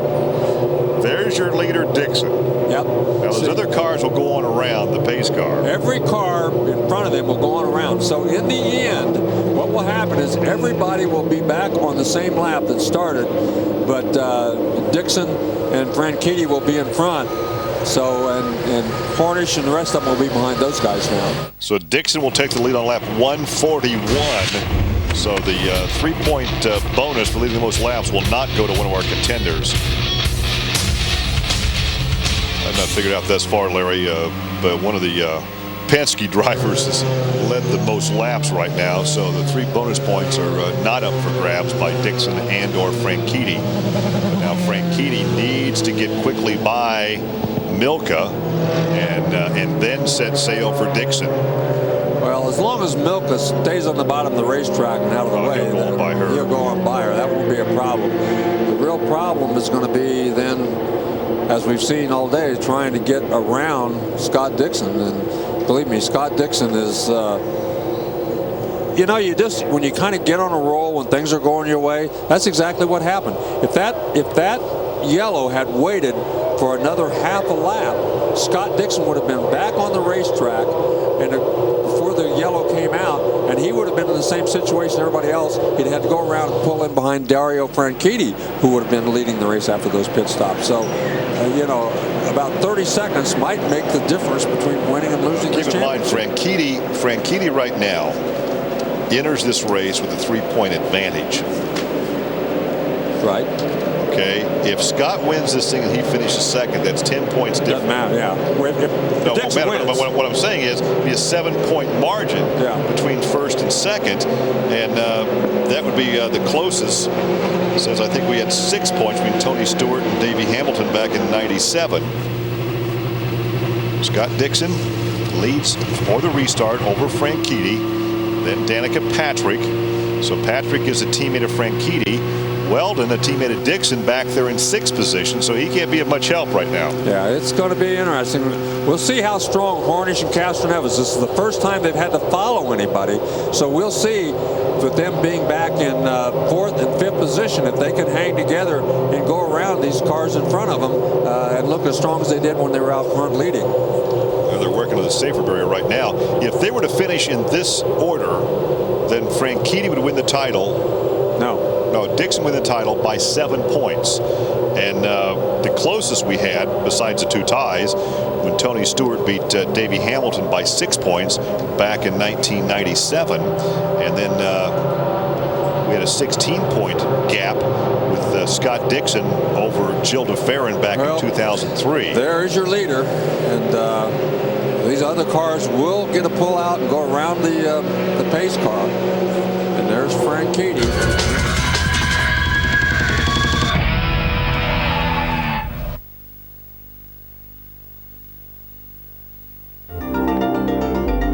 HD ready and waiting and waiting and waiting. To get the full high-definition experience, you'll need an HD box. Make your TV come alive with the widest choice of high-definition entertainment. Sky HD. Still looking for cheaper car insurance? Not anymore. Hastings Direct has conquered the cost of car insurance, being named cheapest provider for 3 years running. So, for cheaper car insurance, call 0800 00 1066. Hastings Direct's UK-based call centres could save you up to £236, or go online. See how much you could save on your car or motorcycle insurance. Call 0800 00 1066 or visit hastingsdirect.com, hastingsdirect.com. Being refused credit for a car can really get you down, but now there's someone you can call. We'll take that old car as full deposit and give you a huge choice of vehicles from small cars to 4x4s. All cars are thoroughly checked and there's helpful, friendly staff to make sure your payments are easily affordable. So if you want to put a smile back on your face, you can. Just call 0800 612 1880. Visit youcancarcredit.co.uk or text YouCan1 to 80086 and we'll call you back. Homeowners of Britain, now really is the time to challenge Churchill. Yes, challenge Churchill. If we can't beat your combined home renewal, we'll give you £75 if you switch. You'll give me £75 cash back? Really? Oh, yes. Can I really make a claim without filling in any forms? Oh, yes. Come on, Britain, keep challenging Churchill. We're so confident in our prices that if we can't beat your renewal, we'll give you £75 if you switch. Oh, yes.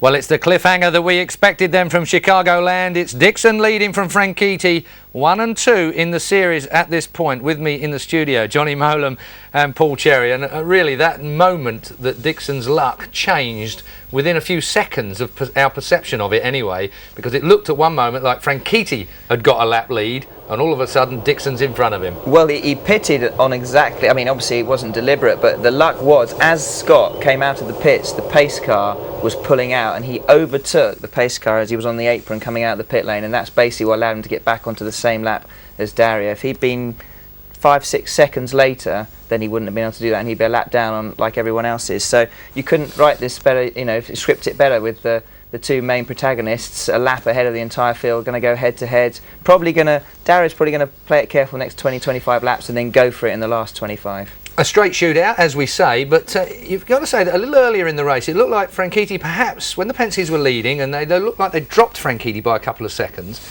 but he made that up very, very quickly, almost at will, Paul. Is there a situation here, do you believe, that his car is perhaps better than it actually looks at this point? Well, I think he's being smart enough to know, and as Johnny has said, you know, he's got a very smart head on his shoulders. The championship is there to be won. It's also there to be lost.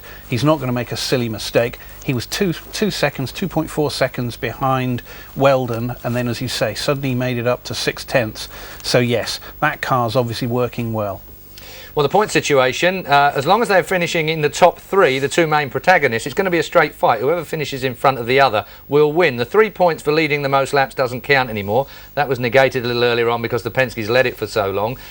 It's a dream situation, really, Johnny, isn't it, for us to sit here and the fans at home? Absolutely, and I think Dario's just going to play it very, very cleverly, because at the end of the day it's flat out all the way around here, and whoever gets in front is then obviously going to expect the other guy to come back at them. So I think it's going to be a real sort of tactic, see who blinks first in the last 20 laps or so. This is Scott Dixon. We are live from Chicagoland. This is the final race of the IndyCar year. Will it be Scott Dixon? Will it be Dario Franchitti that will be champion at the end of this race? We're going to find out pretty soon. Let's go back. They're still under yellow, I remind you. We will be going green in a short while once they've cleared the debris from our third session. And Paul Cherry? The safer barrier unfortunately was damaged in that accident, so they're going to take a little bit more time to repair it. Okay, that's coming up on our for those of you at home as well that are connected to the internet. Of course, there is live timing. We have that here in the studio, as you can have at home if you fancy logging on to it, indycar.com, and find the live timing and scoring button to click on, for want of a better phrase. I'm not very technical, am I, gents, in this world of motorsport and the like, but Tony Kanaan now is pretty much out of this situation. He was an outside third man for perhaps taking this championship, but he's had a real, right from the beginning, from lap, what was it, 17, when he pitted with that flattening tyre. It's just not been in it anywhere. It hasn't been lucky at all. No, the nice thing now is we're going into this last quarter of the race. There's no teammates around them from where they are situated. It's literally going to be Scott versus Dario. Although Danica Patrick, of course, is teammate to Dario. Hello, what's going on? Pit lane. No, I think what's happening there is that Scott pitted normally, and they're going to now fuel. In fact, Dario's behind. They're probably going to fuel them right to the end. For whatever reason, perhaps they didn't fuel them so they could get to the finish. Now they're coming in, having done a couple of laps on the yellow, and they'll fuel them actually full up, and then they'll go back out and be back at the line so they lose nothing. Well, this is just a splash and dash there, straight out. So all things as they were. There was me getting all excited that we might find something swapping the. It looked like Scott was coming in on his own. Now they'll both be behind Milka. So, these are live pictures. We will be going racing again in a moment. Let's cross to trackside for live commentary, just to find out if there's any update that they've got for us at trackside. Communication. That was the last available lap they were going to be able to pit before the green comes out. So they both did it. Now they're going to have to run 52 laps, which they should be able to do as long as they use the draft, unless something really goes wrong. They're going to have to do it on their own because they won't have teammate help now, because their teammates will have to make one more stop. No, it looks like, unless there's somebody out there who thinks they can get 4 miles per gallon. Everybody else is coming in now. Look like several more guys are doing exactly the same thing now. Well.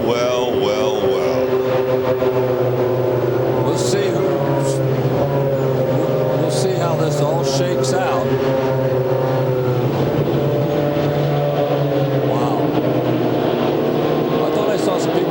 Evidently not. I thought I saw. Well, Masura came in. Okay, the pace car pulls over. Let's see exactly where they're waving them around the pace car now.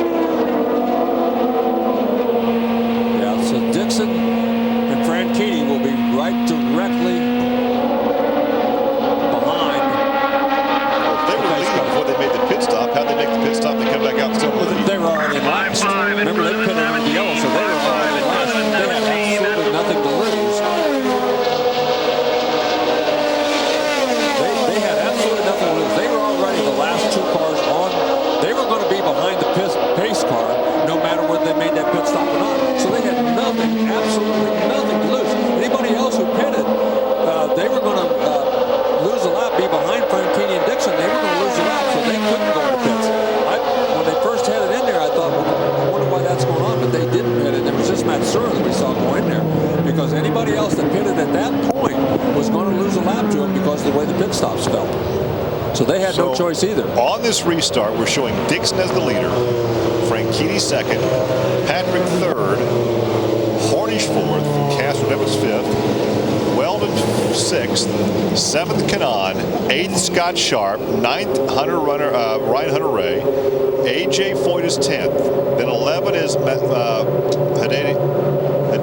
Muto, the rookie. Then Buddy Rice will restart 12th. Then Sarah Fisher is 13th. Koski Matsura is 14th. Then Marty Roth. Then Milka Duno. Those are the ones that are still running. Might mention that this week, a week away from yesterday, is going to be the marriage of Sarah Fisher.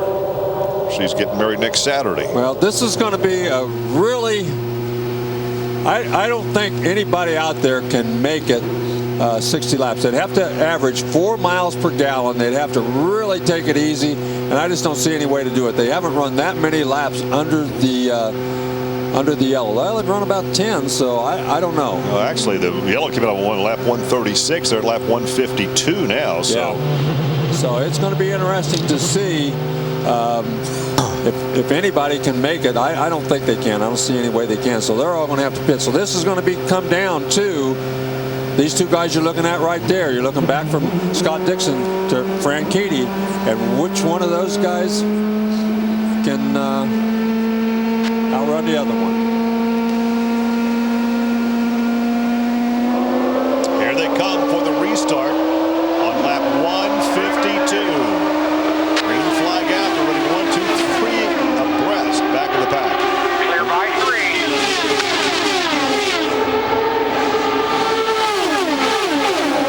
Gonna look outside. You're clear by 2.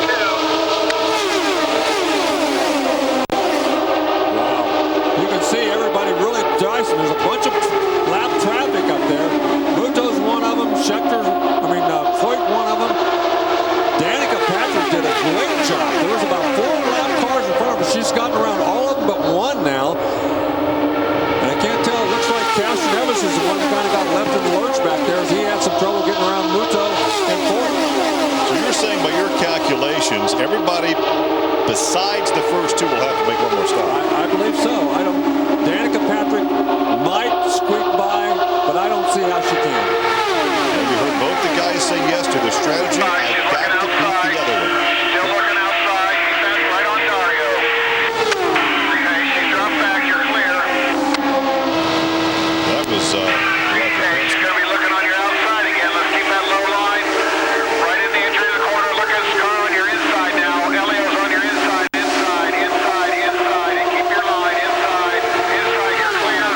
Wow. Get down in behind him, man. Let's go. That was Scott Romke talking to Hunter Ray. Yeah, Danica kind of got caught out there, and Harnish got by on the inside. She got caught out on the outside trying to get around Hunter Ray, and it cost her a spot.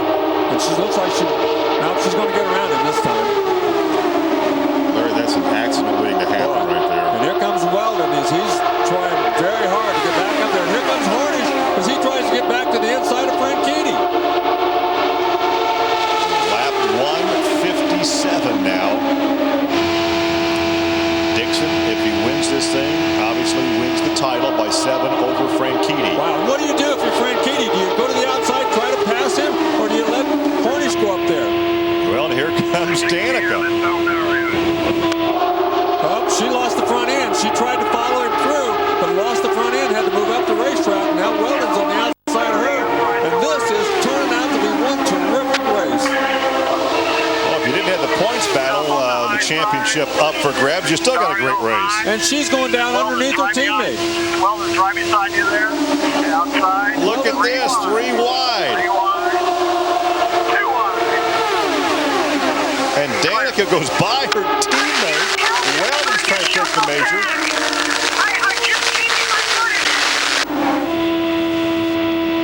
Well, let's go to the front then. Couldn't make out what she said, Larry.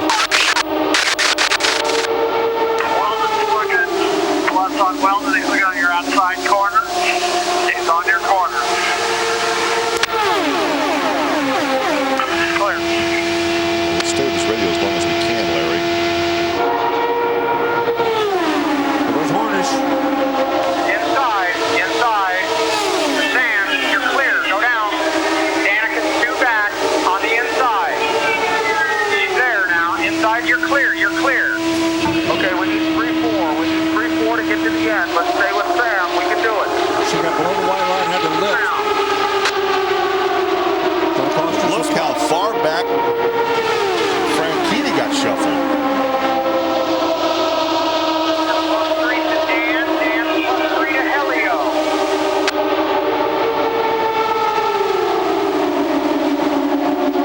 Well, this is some good radio communication here, Larry. We can hear better from the pit to the car. We cannot hear Danica that well. Wow. Harnish out in front. Scott Dixon rides in second. Weldon third. Fourth is Castronevis. Fifth is Patrick.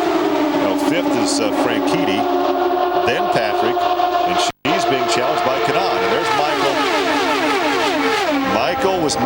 be that Danica passed Franchitti. Yeah, it seems to me this whole team is out of sync. Yeah. As far as teamwork. Well, you know, Danica Patrick, as you said, she wants very badly to win a race. I mean, and here comes Kanaan. So what's he going to do? Is he going to pass her too? He's going to pass her, but is he going to pass? Is he going to pass Franchitti? Wow. There goes Franchitti.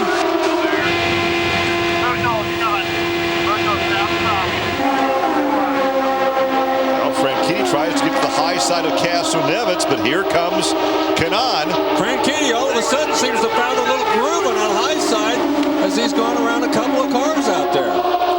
Franchitti battling for 4th position on the high side of Castlevitz. Look at this. Muto back there is right in the middle of this thing with all these guys. I'll tell you what, Larry, if you don't like this, don't call yourself a race fan. Wow. Yeah, Muto's back there in 9th position. Look, Muto's right up there running with those guys. John Barnes has to be happy with his productivity here this afternoon. Your plus on sharp. Clear. Wow. This radio communication is really good. You can hear exactly what they're trying to tell him and what they're trying to do. As Franchitti got up beside Castroneves, he had Kanaan back there helping him, pushing him. And Look at this. Look at Danica is back around Kanaan, and she's going to the inside of Franchitti. Wow. 166 laps complete. 34 laps to go. Well, it's going to be interesting to see.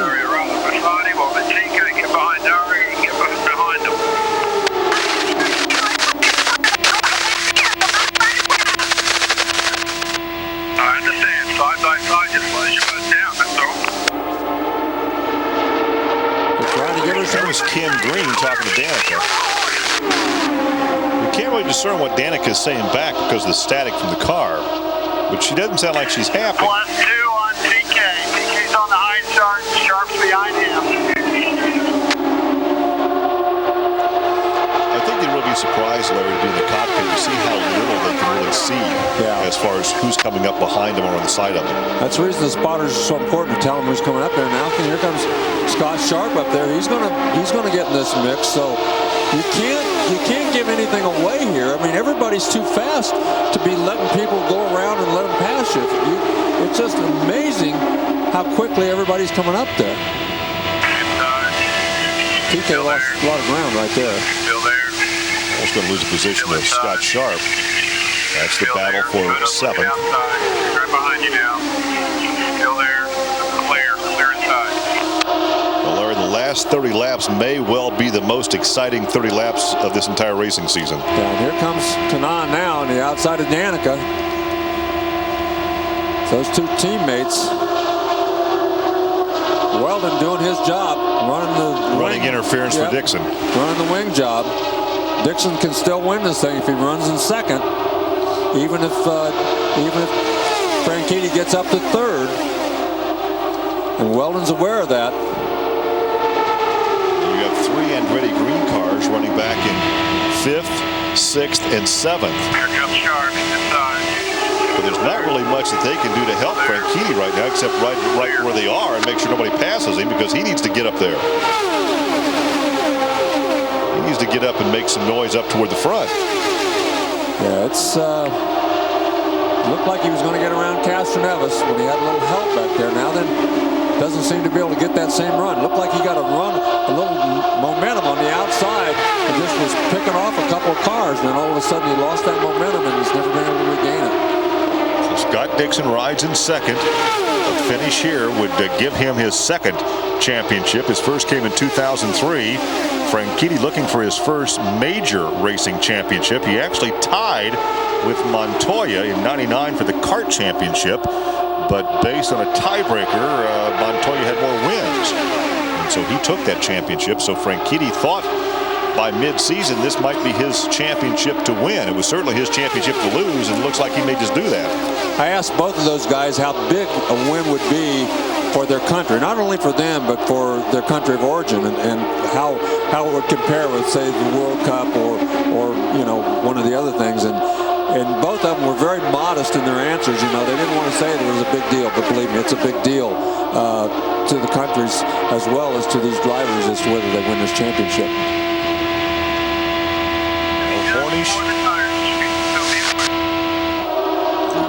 We don't want to step on the radio transmission.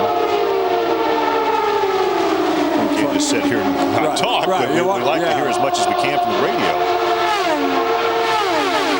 Kanan is now in the pits. Kanan had to make that pit stop because he's off sequence, but our question is, can Danica go the distance without stopping? Look at this. Muto's up there challenging Danica now. Hideki Muto, who has never driven one of these things before. Who is a rookie. Oh, look at this. Close there. Very He's close. not intimidated, though. He's from Tokyo. 24-year-old was the Rookie of the Year in the Indy Pro Division this season. Finished second in the standings. Of course, was Rookie of the Year. Had a couple of wins. And he's been actually running higher on the racetrack than anybody else out there for most of this race. He's running way up in that right, like he is right there, clear up in that third groove. And look at this. He's actually looks like he's trying to squeeze Danica down to the bottom. Just went by Marty Roth, putting Marty another lap behind. Well, those two guys, Danica and Muto, look like they're playing a chicken. Yeah, that's what I started to say. I want to listen to the radio, but it looked like they are playing a little game of chickens. Here comes Scott Sharp. He kind of forces her down the racetrack as they go down the back straightaway.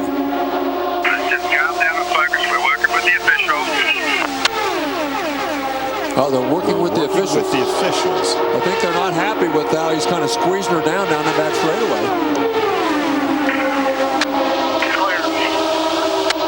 Well, she's cleared him. But look how much ground they lost. Look how high he gets. How much ground they lost battling back and forth. That's the battle for sixth position. Well, according again to our calculations, everybody's going to have to make a pit stop. Except for Franchitti and Dixon. Now it'd be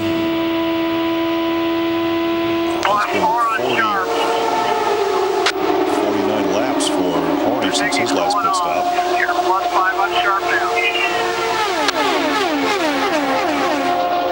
Now she's closing back in on Franchitti.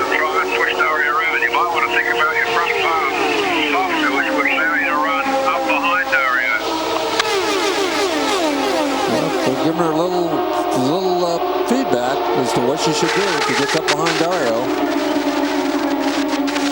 And she is catching this draft that they can pick this draft up from quite a ways back. You don't have to be right behind the guy to get that draft.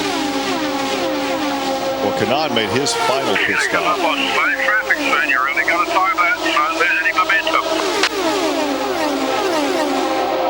Well, she's closed right back on the rear wing of Franchitti, but now what will she do? Well, she's doing pretty much the same thing she did before. She's running down to the bottom, which 18 laps to go and one short stop, probably. Short stop, probably. So they're not any more sure than what we are they? No. They're gonna see and check if they think they can at all make it to the end. Scott Sharp back in the 7th position. I just don't see how. They'd have to average 4 miles per gallon, even under with those yellow flag laps. I just don't know if they can do that or not. Well, look at Franchitti. He's made that pass. He's gotten around Castroneves. A little bit of a push from his teammate might have been what he needed. Well, now she needs to get by Castroneves so she can continue to push him up there. Was that Hornish peeling off? That was Hornish heading for pit lane. Hornish heading for pit lane, so things are going to start happening here pretty quick.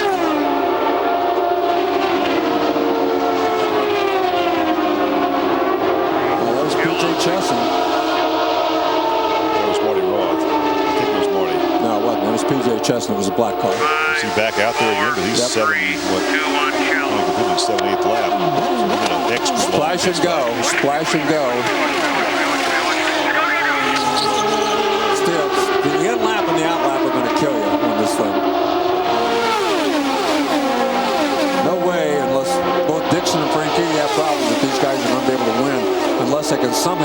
the fuel. Here comes Hornish.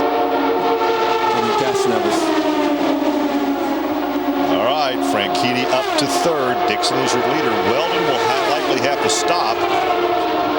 Here comes Castroneves. We're approaching the final 10 laps of the season, Larry. Yeah, it's it all comes down, looks like, to the same two guys that have been doing battle all season long. And it comes down to when Weldon ducks in for his splash of fuel, whoever finishes in front of the other at this point, because there's 10 points between first and second. If Franchitti wins this thing and Dixon finishes second, he'll win the title by 13 points. If Dixon wins this thing, the race, he wins the title by 7 points. Look at this. Danica's motioning to him. I think she said, "Get going here. I'm going to go around you." Can she push him now? We saw her pushing around Castroneves, but she's not pushing now. She's looking to the inside.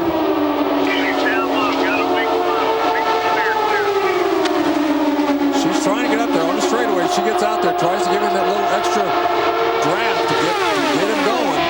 Just doesn't look like his car is fast enough right at this point to get up there and challenge those guys.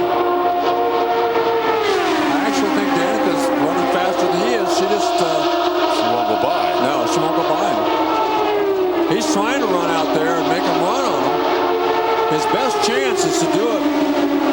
Well, of course, everybody knows that. If Weldon goes in the pits and she's still there to help him, he might have a chance. But Weldon knows that too, so he's going to stretch it out to the very limit.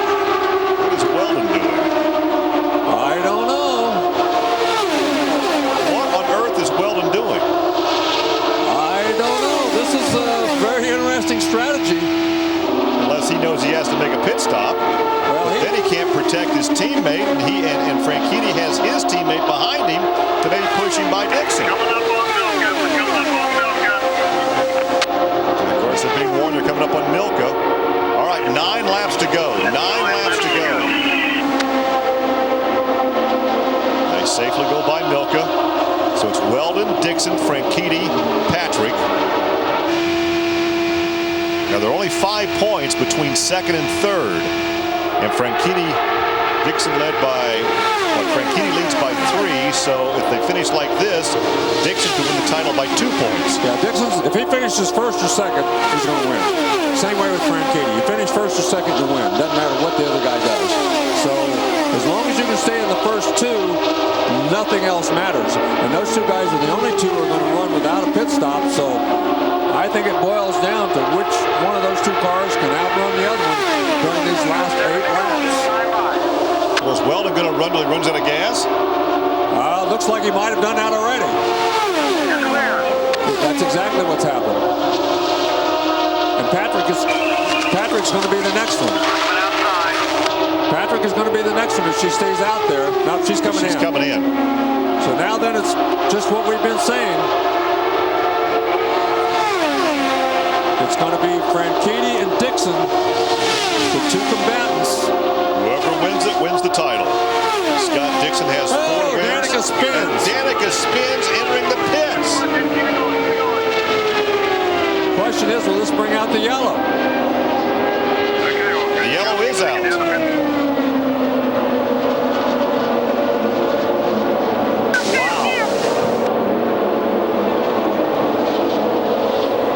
Seen her have trouble in the pits before, Larry. Yep. She comes in, she's fast. She's hard on the brakes. Too fast as she got close to that line. They've been telling her, they've been on her about entry and extra laps. How her entry lap and extra laps aren't good enough. She's trying to speed it up, but she just was too fast. Gather it up, keep the clutch going. Well, this should be a short yellow, but she's yelling for the starter now. Too late for her to do anything about that now. So everybody, if anybody hasn't made their pit stop, they're going to be in there to make their pit stop this time around. Now, the only thing that's can happen here, I mean, your 2 leaders are the only 2 guys on the lead lap at this point. We're going to come and get you. We're going to put Kim Green trying to keep her settled down now. Yeah, she's all upset. Now it'll kind of depend. It looks like Hornish is the next guy in line. Whether he decides to go around Franchitti, try to go around both of them, he and Castroneves, if they try to go around both of them, it can make a huge difference, and there's just not going to be enough laps left. The fuel situation is a little critical. So do what you can do what we can, Mike. Yeah, working on it. I couldn't hear. They were talking about fuel. That was Dixon's radio. Brother, one to go at the line. One to go when you get over here. It was Dixon's radio. They were talking about the fuel situation. They must have told him the yellow flag, he's got to have enough to go to the end. So these two guys. Well, they're going to get the green flag as they complete 198, so we'll have 2 laps to determine the 2007 IndyCar Series champion. Things are looking real good for the guy in the lead right now, because it's and Hornish would have no reason. He wants to. Well, he can't win this race. He's a lap behind. Yeah, he can't win it. All he can do is either help or hurt somebody that's up there in the first or second. It's my call. My call. You can see very concentrating very hard. There's John Anderson, the two guys who run these two teams. And I just. There's Chip Ganassi. Go to one as you come down the back. John Anderson, the manager for Franchitti. Now, what was that terminology you picked up from down under? That full chap, that flat chap, flat chap. You think he's? There's Glennis Dixon. That's Scott's mom. So she's. The nerves are high. The nerves are high for everybody at this point. Ganassi. The green flag flies this time by. We'll have 2 laps of green. So let's see who gets the best restart here, because Franchitti has to stay right with him on this restart. He can't let him get away from him. Well, Franchitti should happen to get a better restart. It could make all the difference in the world. And it looks like he got a pretty good restart. The best restart we've seen him get for a long time. Franchitti on the high side. Now will he have some help from Castroneves or from Hornish? How much better can it get than this? Championship side by side. The white flag out the next time by. You're clear. Franchitti could not maintain that outside position though, and here it comes. Here it comes again. He's got nobody out there to help him push. Dixon's got a little help from the inside. White flag out. 1 lap to go for the championship for the win of Chicagoland. Well, Franchitti looked like he lost a little ground right there. He's got a car inside to him. You're clear by 2. Let's see if he gets a little help from either one of the Penske cars to try to make a run on him on the outside. Oh, he drove that thing in there. He drove that in there. Look at this. Dixon's out of fuel. Dixon's out of fuel. Oh, my God. Frankitti's going to win the championship. Oh, my God. You talk about luck. Dixon runs out of fuel coming down for the checkered flag. Franchitti goes by and wins the race and the championship. Unbelievable. I'd rather be lucky than good. That's George. There's his dad. There's Ashley. Can you believe that? There's Kanaan, his good buddy, up to say congratulations. What a heartbreak for Dixon. Out of fuel coming down for the checkered flag while leading. Well, we heard him talking about fuel, but man, they must have not got all the fuel in that last time. That was unbelievable. 52 laps and he was out of fuel, and a lot of them were under the yellow. Good job. So Franchitti